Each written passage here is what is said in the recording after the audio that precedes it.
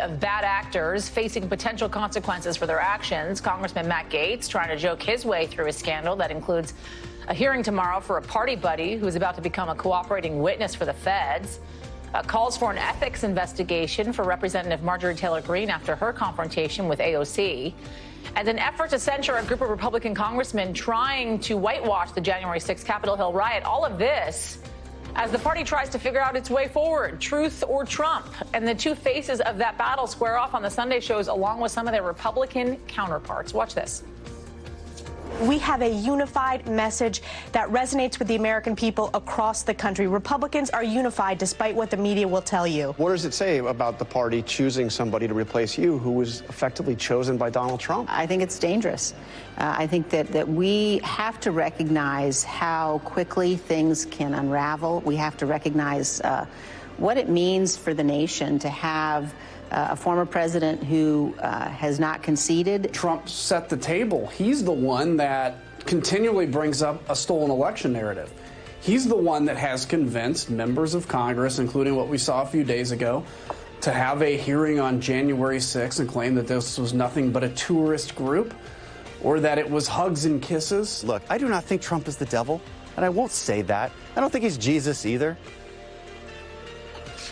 All right, so we want to begin this hour with the ongoing scandal surrounding Republican Congressman Matt Gaetz and the court case now just hours away that could determine his future. Matt Gaetz's associate, Joel Greenberg, is set to appear in court tomorrow and plead guilty to 6 crimes, including sex trafficking of a minor. And with that, potentially further opening a door for investigators to look into whether Gaetz was also involved in some of those crimes. Gaetz has not been charged with anything and continues to deny any wrongdoing. In fact, last night at a Republican summit in the state of Ohio, Gaetz said that he's being falsely accused of exchanging money for naughty favors, but then said Congress has reinstated a process that legalizes the corrupt act of exchanging money for favors through earmarks, and everybody knows that that's the corruption. Let's bring in former federal prosecutor and NBC legal analyst Glenn Kirshner for more on the legal implications and what could be next specifically for Matt Gaetz. Glenn, great to see you on this Sunday. Appreciate you joining us on this. What do earmarks have to do with the accusations made against Gaetz? You know, so Yasmin, when I read that quote from Gaetz, I thought 2 things. First of all, it is obscene to refer to sex trafficking as a minor as naughty favors. Yeah. And then when he starts to deflect and talk about earmarks, that's the equivalent of but her emails, right? That's Matt Gaetz announcing, sure, you may have caught me doing all sorts of stuff wrong, but you know what? Congress does stuff wrong all the time, including earmarks. That could frankly be turned on its head and viewed as an admission of guilt. But we'll have to see how the prosecutors choose to play that, because it looks like, based on the Greenberg plea agreement, which is something I never saw in my 30 years as a prosecutor, I think the prosecutors are going to have sort of an embarrassment of riches when it comes to criminal conduct of others. Okay, so let's talk about this plea agreement. 6 out of 33 he's pleading guilty to.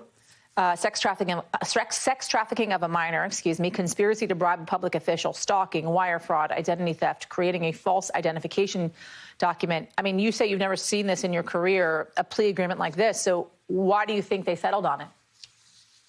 So, you know, it's interesting. When we approach a defendant who wants to cooperate, an aspiring cooperating witness, the first thing we do is we give that person limited immunity, and we sit down with that person and that person's lawyer, and we interview them for hours, for days, for weeks, and everything they tell us about the criminal activity of others, we go out and investigate. We see if we can corroborate to make sure that the aspiring cooperator is telling us the truth. And if the information is really blockbuster, for example, if that aspiring cooperator can give us significantly bigger fish on the criminal food chain, then we might make them a generous plea offer. I've never seen one quite so generous. As somebody who's charged with 33 federal felony counts, and he's permitted to plead guilty to just 6, and the prosecutors will dismiss 27 counts. And I'll tell you, as I was going through the plea agreement, all 86 pages of it, it's not a light read. I saw all of the receipts, the corroboration, 60 pages worth of hard receipts, corroboration of the crimes that Greenberg committed and the crimes he says others committed. And if I could read just one sentence, Yasmin, Please. which Yes. I think should send shudders through anybody who was involved in doing dirt with Joel Greenberg. It's on page 30, where the prosecutors write, Greenberg also introduced the minor to other adult men, plural, who engaged in commercial sex acts with the minor in the Middle District of Florida. Boy, it looks like they have the receipts on those other men. They haven't named them yet, but I have a feeling we're going to learn who they are very soon, and one of them may very well be Matt Gaetz. So the receipts and the corroboration obviously raising the credibility of someone like Joel Greenberg as well. Why not names listed in this plea deal?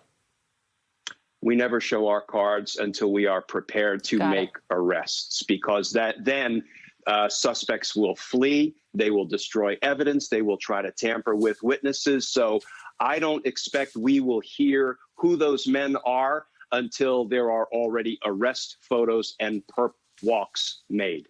Glenn Kirshner, thank you as always, my friend. Great to see you. So You to too, other Yasmin. Republicans in Congress facing potential consequences, Marjorie Taylor Greene, after shouting at colleague Alexandria Ocasio-Cortez this week, falsely